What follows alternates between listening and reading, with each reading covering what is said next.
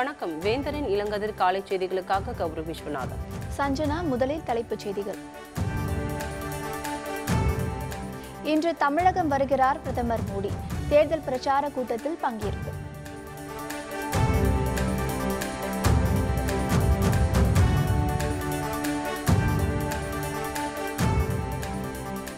அதிமுக கூட்டணியில் இணையுமா தேமுதிக? இன்று பிற்பகலுக்குள் அறிவிப்பு வெளியாக வாய்ப்பு.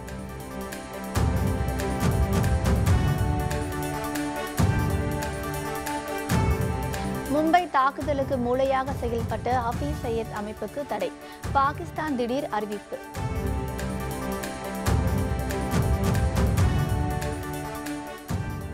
ஆஸ்திரேலியாவுக்கு எதிரான இரண்டாவது ஒருநாள் கிரிக்கெட் போட்டி. இந்திய அணி அபார வெற்றி. இன்று தமிழகம் வரும் பிரதமர் நரேந்திர மோடி வண்டலூர் அருகே நடைபெறும் தேர்தல் பிரச்சார பொதுக்கூட்டத்தில் பங்கேற்கிறார். இந்த கூட்டத்தில் அதிமுக கூட்டணி கட்சிகளைச் சேர்ந்த தலைவர்களும் பங்கேற்க உள்ளனர். பெங்களூருவிலிருந்து இன்று மாலை விமானத்தில் சென்னை வரும் பிரதமர் மோடிக்கு விமான நிலையத்தில் உற்சாக வரவேற்பு அளிக்கப்பட உள்ளது. இதனைத் தொடர்ந்து அங்கிருந்து அவர் வண்டலூர் அருகே உள்ள கிளாம்பாக்கத்திற்கு புறப்பட்டு செல்கிறார். மாலை 4:30 மணிக்கு தொடங்கும் கூட்டணி கட்சிகளின் முதல் தேர்தல் பிரச்சார பொதுக்கூட்டத்தில் பிரதமர் மோடி பங்கேற்று பேசுகிறார். இதில் முதலமைச்சர் பழனிசாமி, துணை முதலமைச்சர் ஓ பன்னீர்செல்வம், புதிய தமிழகம் கட்சித் தலைவர் டாக்டர் கிருஷ்ணசாமி, புதிய நீதி கட்சித் தலைவர் ஏ.சி. சண்முகம் உள்ளிட்ட கூட்டணி கட்சி தலைவர்கள் கலந்து கொள்ள உள்ளனர். இந்த கூட்டத்தின் போது சில அரசு திட்டங்களையும் பிரதமர் மோடி தொடங்கி வைக்க உள்ளார். இதை கருத்தில் கொண்டு அரசு திட்டங்கள் விழாவுக்கு தனி மேடையும், பிரச்சாரம் செய்வதற்கு தனி மேடையும் அமைக்கப்பட்டுள்ளது. நிகழ்ச்சிகளை முடித்துக்கொண்டு 6 மணிக்கு பிரதமர் மோடி டெல்லிக்கு தனி விமானத்தில் புறப்பட்டு செல்கிறார். பிரதமர் வருகையொட்டி வண்டலூரை சுற்றி பாதுகாப்பு ஏற்பாடுகள் பலப்படுத்தப்பட்டுள்ளன. பயங்கரவாதி ஹபீஸ் சையத் அமைப்பினை தடை செய்வதாக பாகிஸ்தான் அரசு அறிவித்துள்ளது. 2008ஆம் ஆண்டு மும்பை தாக்குதல் சம்பவத்தில் மூளையாக செயல்பட்டவன் ஹபீஸ் சையத். இவனது அமைப்பு ஜமேத் உத் தாவா அமைப்பு பயங்கரவாத அமைப்பு என ஐக்கிய நாடுகள் அவை பட்டியலிட்டுள்ளது. இந்த அமைப்பினை தடை செய்ய வேண்டும் என பாகிஸ்தான் அரசை இந்தியா தொடர்ந்து வலியுறுத்தி வந்தது. இந்நிலையில் புல்வாமா தாக்குதலை அடுத்து பாகிஸ்தானுக்கு உலக நாடுகள் நெருக்கடி தரும் நிலையில் ஜமேத் உத் தாவா அமைப்பை பாகிஸ்தான் அரசு தடை செய்துள்ளது. இது தொடர்பாக பாகிஸ்தான் உள்துறை அமைச்சகம் வெளியிட்டுள்ள செய்திக்குறிப்பில் 1997ஆம் ஆண்டு பயங்கரவாத தடுப்பு சட்டத்தின் கீழ் சுற்றறிக்கையினை வெளியிட்டுள்ளது. அதில் ஜமேத் உத் தாவா மற்றும் FIF எனப்படும் இன்சானியாத் ஃபவுண்டேஷன் என 2 பயங்கரவாத அமைப்பு உள்ளிட்ட 50க்கும் மேற்பட்ட அமைப்புகள் தடை செய்யப்பட்டுள்ளதாக அறிவித்து அதற்கான பட்டியலையும் வெளியிட்டுள்ளது. வேலூரில் உள்ள திருவள்ளுவர் பல்கலைக்கழகத்தின் துணைவேந்தராக பேராசிரியர் தாமரை செல்வி நியமனம் செய்து ஆளுநர் பன்வாரிலால் புரோஹித் அறிவித்துள்ளார். இதுகுறித்து ஆளுநர் மாளிகை வெளியிட்டுள்ள செய்திக்குறிப்பில் வேலூரில் உள்ள திருவள்ளுவர் பல்கலைக்கழகத்தின் துணைவேந்தராக தாமரை செல்வி நியமனம் செய்யப்படுவதாக தெரிவித்துள்ளது. அவர் பதவியேற்றது முதல் 3 ஆண்டுகள் அந்த பணியில் நீடிப்பார் என்றும் குறிப்பிடப்பட்டுள்ளது. தாமரை செல்வி அண்ணா பல்கலைக்கழகத்தின் MIT வளாகத்தில் கணினி தொழில்நுட்பத் துறையில் பேராசிரியராக 35 ஆண்டுகள் பணியாற்றிய அனுபவம் பெற்றவர். மேலும் கணினி தொழில்நுட்பம் சார்ந்தது 133 ஆய்வு கட்டுரைகளை சர்வதேச கருத்தரங்கில் சமர்ப்பித்துள்ளார். அதேபோல் கணினி தொழில்நுட்பத்தில் 7 புத்தகங்களை எழுதியுள்ளார் என்பது குறிப்பிடத்தக்கது. பிரதமர் மோடியின் தமிழக வருகையை ஒட்டி அதிமுக கூட்டணியில் இடம்பெறும் கட்சிகள் பற்றிய அதிகாரப்பூர்வ அறிவிப்பு வெளியிடப்பட உள்ளது. இந்த கூட்டணியில் தேமுதிக இணையுமா என்பது பற்றி இன்று தெரிய வரும் என எதிர்பார்க்கப்படுகிறது. இது பற்றி தொலைபேசி வாயிலாக நமது செய்தியாளர் பிரகாஷ் தரும் தகவல்களை கேட்கலாம். நாடாளுமன்ற தேர்தலில் தேமுதிகவோடு யாருடன் கூட்டணி என்பது குறித்து அக்கட்சி தலைவர் விஜயகாந்த் இன்று அறிவித்திருக்கிறார். வருகிற நாடாளுமன்ற தேர்தலில் தேமுதிக தங்களுடைய கூட்டணியில் இணைந்து போட்டியிட வேண்டும் என்பது குறித்து திமுக, அதிமுக ஆகிய 2 கட்சிகளுமே தேமுதிகவுடன் பேச்சுவார்த்தையில் ஈடுபட்டார்கள். இந்த நிலையில் திமுக தனது தொகுதி பங்கீட்டினை முழுவதுமாக முடித்துக் கொண்ட நிலையில் தற்போது அதிமுகவுடன் இணைந்து போட்டியிடுவதற்கான வாய்ப்பு அதிக அளவில் உள்ளது. குறிப்பாக அதிமுக அமைச்சர்கள் மற்றும் துணை முதலமைச்சர் ஓ பன்னீர்செல்வம் அவர்கள் அரசியல் ரீதியாகவும் உடல்நலம் குறித்தும் தேமுதிக தலைவர் விஜயகாந்த் அவர்களை சந்தித்து பேசியிருக்கிறார். குறிப்பாக தேமுதிக பொறுத்தவரை வருகிற இந்த நாடாளுமன்ற தேர்தலில் 5 முதல் 7 நாடாளுமன்ற சீட்டுகளை அவர்கள் கேட்டிருந்தார்கள். அதே போல ஒரு மாநிலங்களவை சீட்டும் அவர்கள் கேட்டிருந்தார்கள். குறிப்பாக 21 சட்டமன்ற இடைத்தேர்தலில் தங்களுக்கான ஒரு இடஒதுக்கீடும் அளிக்க வேண்டும் என்பது குறித்து பல்வேறு நிபந்தனைகளும் கோரிக்கைகள் வைத்ததாக கூறப்படுகிறது. எனவே இதன் தொடர்பாக தொடர்ச்சியாக ஒரு இழுபறியில் இருந்த நிலையில் தற்போது நேற்று முன்தினம் தமிழக துணை முதலமைச்சர் ஓ பன்னீர்செல்வம் அவர்கள் தேமுதிக தலைவர் விஜயகாந்த் அவர்கள் தனது இல்லத்தில் சந்தித்து இது குறித்து முழுவதுமாக பேசியிருக்கிறார். எனவே ஒரு சுமூக உடன்பாடு எட்டியிருப்பதாக கூறப்படுகிறது. இதன் அடுத்தபடியாக நேற்று தினம் தேமுதிகவுடைய அவசர ஆலோசனை கூட்டம் ஒன்று நடைபெற்றது. அக்கட்சி தலைமையில் நடைபெற்ற இந்த கூட்டத்தில் தேமுதிக தலைவர் விஜயகாந்துடைய முன்னிலையில் இந்த கூட்டம் நடைபெற்றது. குறிப்பாக பல்வேறு முக்கிய விஷயங்கள் ஆலோசிக்கப்பட்டதாக கூறப்படுகிறது. நாம் யாருடன் இணைந்து போட்டியிட வேண்டும் அல்லது தனித்து போட வேண்டுமா உள்ளிட்ட கட்சியுடைய முக்கிய நிர்வாகிகளிடம் அவர்கள் ஆலோசனை மேற்கொண்டார்கள்.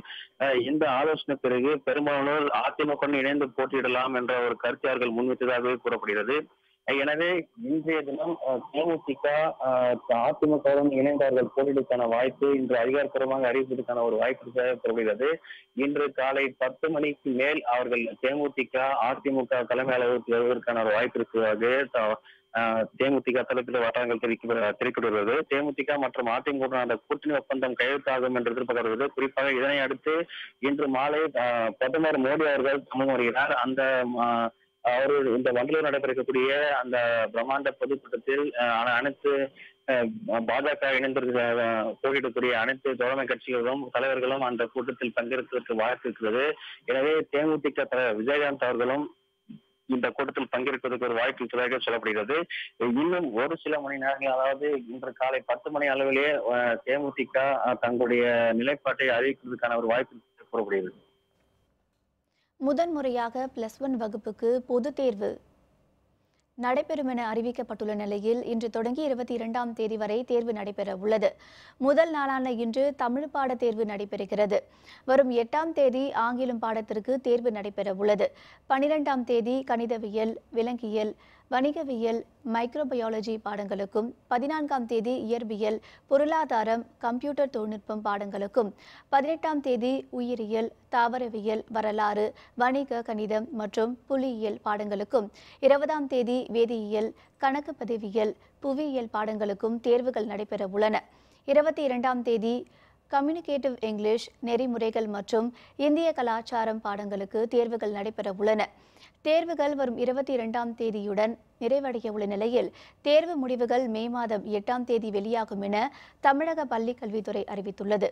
முதன்முறையாக +1 பொதுத் தேர்வு நடைபெற உள்ளதால் அதற்கான அனைத்து ஏற்பாடுகளும் முறையாக மேற்கொள்ளப்பட்டுள்ளதாக பள்ளிக்கல்வித்துறை தெரிவித்துள்ளது. நாக்பூரில் நடைபெற்ற ஆஸ்திரேலியாவுக்கு எதிரான 2வது ஒருநாள் கிரிக்கெட் போட்டியில் இந்திய அணி 8 ரன்கள் வித்தியாசத்தில் வெற்றி பெற்றது. இந்தியாவில் சுற்றுப்பயணம் மேற்கொண்டுள்ள ஆஸ்திரேலிய அணி 5 போட்டிகள் கொண்ட ஒருநாள் தொடரில் விளையாடி வருகிறது. ஹைதராபாத்தில் நடைபெற்ற முதல் ஒருநாள் போட்டியில் இந்திய அணி 6 விக்கெட்கள் வித்தியாசத்தில் வெற்றி பெற்றது. இந்நிலையில் 2வது போட்டி நாக்பூரில் நடைபெற்றது. இதில் டாஸ் வென்ற ஆஸ்திரேலிய அணி பந்துவீச்சை தேர்வு செய்ததால் இந்திய அணி முதலில் பேட்டிங் செய்தது. நிதானமாக விளையாடிய இந்திய அணி 48.2 ஓவர்கள் முடிவில் 250 ரன்களுக்கு ஆல் அவுட் ஆனது. சிறப்பாக விளையாடிய இந்திய கேப்டன் விராட் கோலி தனது 40வது சதத்தை நிறைவு செய்தார். They're not closing their minds. Oh, beautiful timing. And we don't have these nectarines and mandarins and all these fancies. Have we, Warren? Cut away into the gap. Great effort there from. Oh, went underneath Alex Carey. Did he get a bit of glove? 251 ரன்கள் எடுத்தால் வெற்றி என்ற இலக்குடன் களமிறங்கிய ஆஸ்திரேலிய அணி அடுத்தடுத்த விக்கெட்களை பறிகொடுத்தது. சற்று தாக்குப்பிடித்து விளையாடிய ஸ்டோனிஸ் 52 ரன்களும் ஹான்ஸ்கோம் 48 ரன்களும் எடுத்தனர். 3 பந்துகள் எஞ்சியிருந்த நிலையில் ஆஸ்திரேலிய அணி 242 ரன்களுக்கு ஆட்டமிழந்தது. இதனால் 8 ரன்கள் வித்தியாசத்தில் வெற்றி பெற்ற இந்திய அணி தொடரில் 2-0 என்ற கணக்கில் முன்னிலை பெற்றுள்ளது. மேலும் இந்த போட்டியில் வென்றதன் மூலம் ஒருநாள் போட்டிகளில் இந்திய அணி 500வது வெற்றியை பதிவு செய்துள்ளது. Excitement. Dhoni appeals, being calm and confident as always. Big appeal for leg before given. He's a young, upcoming umpire. If he can, well bowled, hits the Bulls to somehow win this game. இந்திய தரப்பில் குல்தீப் யாதவ் 3 விக்கெட்களையும் பும்ரா, விஜய் சங்கர் ஆகியோர் தலா 2 விக்கெட்களையும் வீழ்த்தினர். ஆட்ட நாயகனாக captain Virat Kohli தேர்வு செய்யப்பட்டார். இரு அணிகளுக்கு இடையிலான 3வது ஒருநாள் போட்டி வரும் 8ஆம் தேதி ஜார்க்கண்ட் மாநிலம் ராஞ்சியில் நடைபெற உள்ளது. புராதன கோட்டைகள் உலக தரத்தில் புனரமைக்கப்படும். அமைச்சர் பாண்டியராஜன் அறிவிப்பு. விவரம் விளம்பர இடைவேளைக்கு பிறகு.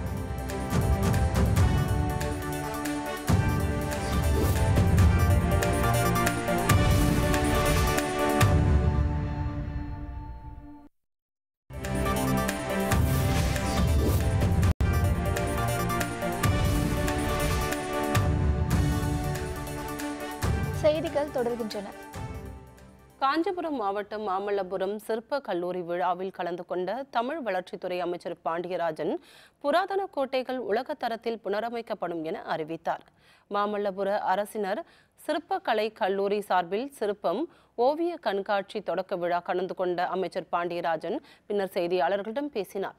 தமிழகத்தில் உள்ள 12 புராதன கோட்டைகள் ரூபாய் 23 கோடியில் உலக தரத்தில் புனரமைக்கப்பட உள்ளதாக தெரிவித்தார். இவ்விழாவில் கல்லூரி முதல்வர், கல்லூரி மாணவர்கள் உள்ளிட்ட பலர் கலந்து கொண்டனர். இந்த வருடம் வரும் பட்ஜெட், இந்த பட்ஜெட் இயர் 2019-20 ஆதிச்சநல்லூர், கொற்கை மற்றும் நம்ம கீழடி, இந்த மூணுலேயும் 3 அகழ்வைப்பர்கள் கண்டிப்பாக உருவெடுக்கும். 23 கோடிக்கு டெண்டர் ஃபைனலைஸ் பண்ணுறோம். 12 கோட்டைகள், தமிழகத்தின் 12 புராதன கோட்டைகளை உலக தரத்தில் அதை புதுப்பிப்பதற்கான பணிக்கு ஆரம்பிக்கிறோம்.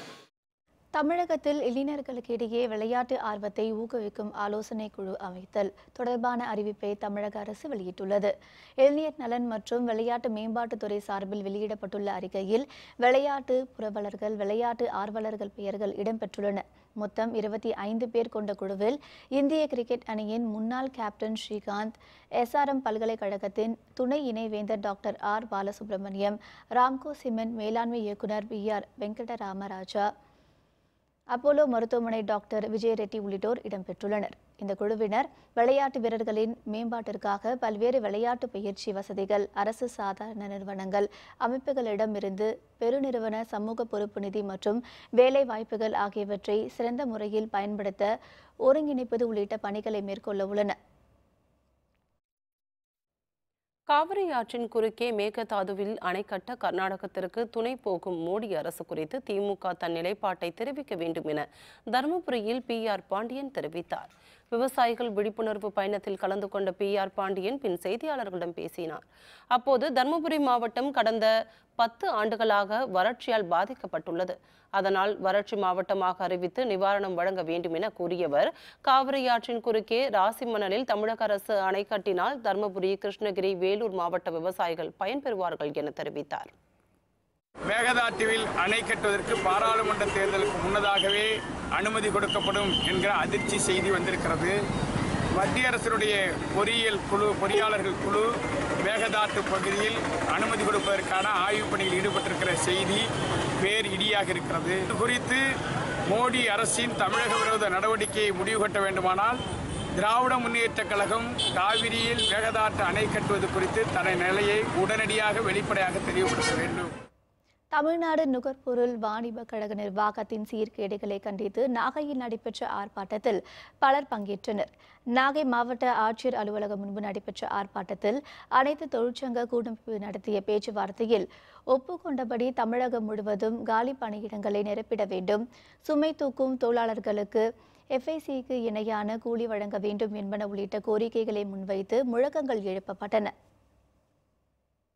4 நாட்களுக்கு மேல் கொள்முதல் நிலையத்திலே சேமிக்கப்படும் நெல்லுக்கு அந்த மூவ்மெண்ட் நார்ம்ஸ் நிர்ணயிக்காமல் இன்றைக்கு மாத கணக்கிலே அந்த நெல் மூவாகாமல் அங்கே இருக்கிற காரணம் நிறைய ஷார்ட்டேஜ்.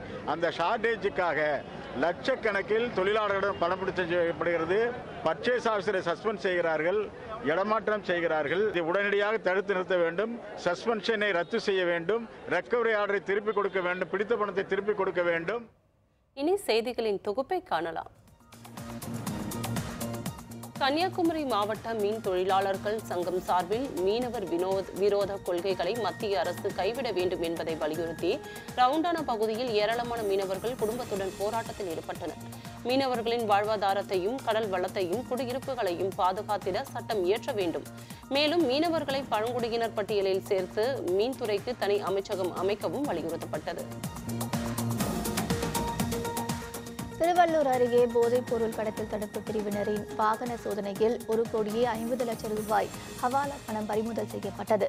ஆந்திராவிலிருந்து சென்னை நோக்கி வந்து கொண்டிருந்த தனியார் பேருந்தில் ஐதராபாத்தை சேர்ந்த பணியிடம் இருந்த 3 பைகளை சேர்ந்த சோதனை செய்ததில் ஹவாலா பணம் சிக்கியது. பிடிப்பட்ட நபர் ஆரம்பாக்கம் காவல் நிலையத்தில் ஒப்படைக்கப்பட்டார். தகவல் அறிந்து வந்த வணிக வரித்துறை அதிகாரிகள் விசாரணை மேற்கொண்டுள்ளனர்.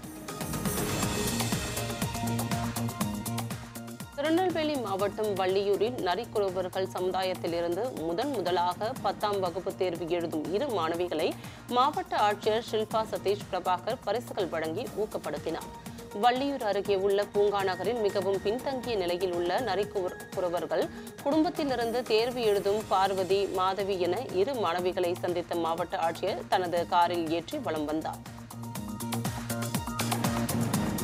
லண்டனில் உள்ள விமான நிலையங்களில் வெடிகுண்டுகள் கண்டெடுக்கப்பட்டதால் நகரம் முழுவதும் பாதுகாப்பு பன்மடங்கு அதிகரிக்கப்பட்டுள்ளது. லண்டன் சிட்டி விமான நிலையம், ஹீத்ரோ விமான நிலையம், வாட்டர்லூ விமான நிலையத்தில் வெடிகுண்டுகள் பறிமுதல் செய்யப்பட்டன. வெடிகுண்டுகள் அனைத்தும் மஞ்சள் நிற கவர்களில் அனுப்பப்பட்டுள்ளன. கவர்களை திறக்கும் போது வெடிக்கும் வகையில் அவை தயார் செய்யப்பட்டுள்ளன. இதனையடுத்து பயங்கரவாத அச்சுறுத்தலால் காரணமாக லண்டன் முழுவதும் உஷார்படுத்தப்பட்டு பாதுகாப்பு பலப்படுத்தப்பட்டுள்ளது. சிதம்பரம் மக்களவை தொகுதி வாக்காளர்களின் எதிர்பார்ப்புகள் என்ன? விவரம் விளம்பர இடைவேளைக்கு பிறகு.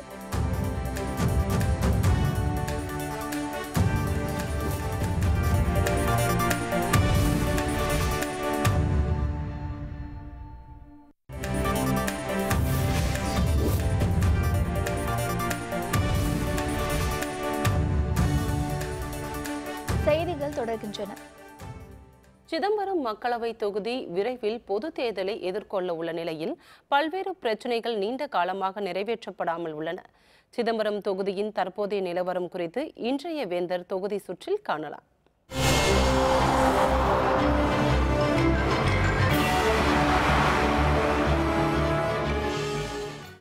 உலக புகழ்பெற்ற தில்லை நடராசர் ஆலயம், கடல் கடந்து வெற்றிகளை குவித்த ராஜேந்திர சோழன் கட்டிய கங்கை கொண்ட சோழபுரம், தமிழுக்கு அகராதி அளித்த வீரமா முனிவர் கட்டிய ஏலாக்குறிச்சி அடைக்கலமாதா ஆலயம், ராகவேந்திரர் அவதரித்த புவனகிரி, சுரப்புண்ணை தாவரங்களே காடுகள் போல வளர்ந்து படகு சவாரி செய்யும் வகையில் அமைந்துள்ள பிச்சாவரம், சென்னையின் குடிநீர் தேவையை நிறைவு செய்யும் வீராணம் ஏரி, பெருமைக்குரிய அண்ணாமலை பல்கலைக்கழகம் உள்ளிட்ட இடங்கள் அமைந்துள்ள தொகுதி சிதம்பரம். சிமெண்ட் தொழிற்சாலைகளும் தனியார் கரும்பாலைகளும் மட்டுமே அமைந்துள்ள இந்த தொகுதியில் நெல், கரும்பு, முந்திரி, சோளம், பருத்தி, மிளகாய் உள்ளிட்ட பயிர்கள் அதிக அளவில் விவசாயம் செய்யப்படுகின்றன.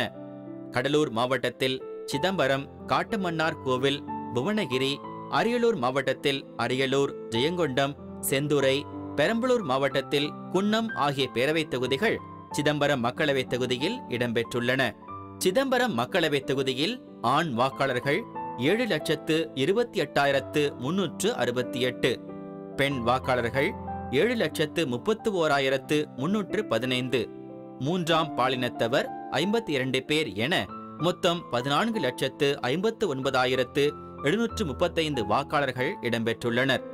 1952ஆம் ஆண்டு முதல் 2014 வரை நடைபெற்ற 16 தேர்தல்களில் காங்கிரஸ் 6 முறையும், திமுக 4 முறையும், பாமக 3 முறையும், அதிமுக 2 முறையும், விடுதலை சிறுத்தைகள் கட்சி 1 முறையும் வெற்றி பெற்றுள்ளன. 2014இல் நடைபெற்ற மக்களவைத் தேர்தலில் அதிமுகவைச் சேர்ந்த சந்திரகாசி முதன்முறையாக வெற்றி பெற்று எம்பியாக தேர்ந்தெடுக்கப்பட்டார். இவர் 4,29,536 வாக்குகள் பெற்றார். இவரை எதிர்த்து போட்டியிட்ட விடுதலை சிறுத்தைகள் கட்சித் தலைவர் தொல் திருமாவளவன் 1,28,495 வாக்குகள் வித்தியாசத்தில் தோல்வியடைந்தார். 2016 நடைபெற்ற பேரவைத் தேர்தலில் குன்னம், அரியலூர், ஜெயங்கொண்டம், காட்டுமன்னார்கோவில், சிதம்பரம் ஆகிய 5 தொகுதிகளில் அதிமுகவும், புவனகிரி தொகுதியில் திமுகவும் வெற்றி பெற்றன. சிதம்பரம் மக்களவை தொகுதியில் தீர்வு காணப்படாத பிரச்சனைகள் ஏராளமாக உள்ளன. மேட்டூர் தண்ணீரை நம்பி இங்கு விவசாயம் செய்ய முடியாத சூழ்நிலை ஏற்படுகிறது. எனவே ஏற்கனவே அரசு அறிவித்த மாதிரி 7 இடங்களிலே அந்த தடுப்பணையை கட்டி கடலில் வீணாக கலக்கக்கூடிய அந்த நீரை விவசாயத்திற்கு விட்டு இங்கு விவசாயம் இது போன்ற தடுப்பணை மூலமாக தான் விவசாயம் வேகமாக செய்ய முடியும். பட்டுக்கோட்டை, தஞ்சாவூர், அரியலூர் வழியாக விருத்தாச்சலத்தை இணைக்கிற மின்பாதை திட்டம் கடந்த 10 ஆண்டுகளுக்கு மேலாக ஆய்வு செய்யப்பட்டு இதுவரையிலே கிடப்பிலே இருக்கிறது. அதேபோன்று கும்பகோணத்திலிருந்து கும்பகோணம், ஜெயங்கொண்டம், அரியலூர் வழியாக நாமக்கல், சேலம் வரையிலே செல்லக்கூடிய இன்னும் ஒரு இருப்பு பாதை திட்டமும் மத்திய அரசாங்கத்தினுடைய ஆய்வுப் பணிகள் எல்லாம் நிறைவு பெற்று இதுவரையிலே அந்த திட்டங்கள் நிறைவேற்றப்படாமல் இருக்கிறது. வருகிற காலங்களிலாவது வருகிற அரசாங்கமாவது இந்த பகுதியினுடைய வளர்ச்சிக்கு ஏற்றாற்போல் புதிய ரயில் பாதை திட்டங்களை அமைக்க வேண்டும் என்கிற கோரிக்கையினை இந்த பகுதி விவசாயிகள் சார்பாக, விவசாயிகள் சங்கத்தின் சார்பாக மத்திய அரசாங்கத்திற்கு நாங்கள் முன்மொழிகிறோம். முந்திரி தோட்டங்களை ஒரு 13 கிராமங்களில் நிலக்கரி திட்டத்திற்காக எடுத்தாங்க. அந்த எடுத்த நிலங்களில் அப்போ பார்த்திங்கன்னா 150 ரூபா 200 ரூபா சென்ட்டுன்னு அந்த நிலத்தை கையகப்படுத்தினாங்க. ஆனால் இப்போ விவசாயிகளுக்கு சார்பாக, விவசாயிகளுக்கு ஆதாயமாக ஒரு ஏக்கருக்கு 2700 ரூபா வரைக்கும் தரலான்னு கோர்ட்டு உத்தரவு போட்டிருக்கு. அந்த கோர்ட்டு உத்தரவுப்படி எங்களுக்கு பணம் பெற்று தரணும். அது பணம் பெற்று தருவது அந்த நிலக்கரி இதற்காக எடுத்த அந்த நிறுவனமா அல்லது தமிழக அரசான்னு எங்களுக்கு தெரியல. மெடிக்கல் காலேஜ் வந்து ஏற்கனவே அறிவிப்பு கொடுத்து நிலத்த நீர் எல்லாம் பரிசோதனை பண்ணி கடைசியில் ஆட்சி மாறும்போது மெடிக்கல் காலேஜ் நின்றுடுச்சு. அதனால் வரும் ஆட்சியில் வந்து அந்த மெடிக்கல் காலேஜை டெவலப் பண்ணி கொடுத்தாங்கன்னா இன்னும் கொஞ்சம் டெவலப் ஆகிறதுக்கு பெரம்பலூர், அரியலூர் சாலையில் நல்லா இதாக இருக்கும். தண்ணி வசதி, குடிநீர் வசதி கிடையாது. ஏன்னா கொள்ளட்டு தண்ணி தான் வருது. அடிக்கடி பைப் லைன் உடஞ்சி போகிறதுனால வாரத்தில் 1 நாள் 2 நாள் தண்ணி கொடுக்குறாங்க. தண்ணி வசதி கிடையாது. அதனால் யார் ஆட்சிக்கு வந்தாலும் இதை இன்னும் ஒரு தாலுக்காங்கிற ஒரு டெவலப் பண்ணுற அளவுக்கு ஒரு நல்ல இதை அமைச்சு கொடுத்து இந்த கோரிக்கைகளை நிறைவேற்றி வச்சா நல்லாயிருக்கும். எதிர்வரும் மக்களவைத் தேர்தலில் சிதம்பரம் தொகுதியில் தேர்வாகும் மக்களவை உறுப்பினர் இந்த கோரிக்கைகளை மத்திய, மாநில அரசுகளின் கவனத்திற்கு கொண்டு சென்று நிறைவேற்றி தர வேண்டும் என்பதே தொகுதி மக்களின் எதிர்பார்ப்பு.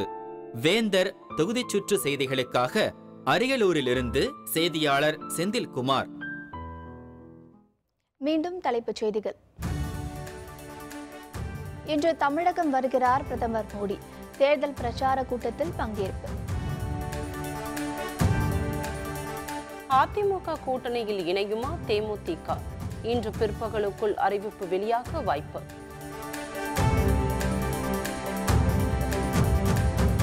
மும்பை தாக்குதலுக்கு மூளையாக செயல்பட்ட ஹபீஸ் சையத் அமைப்புக்கு தடை. பாகிஸ்தான் திடீர் அறிவிப்பு.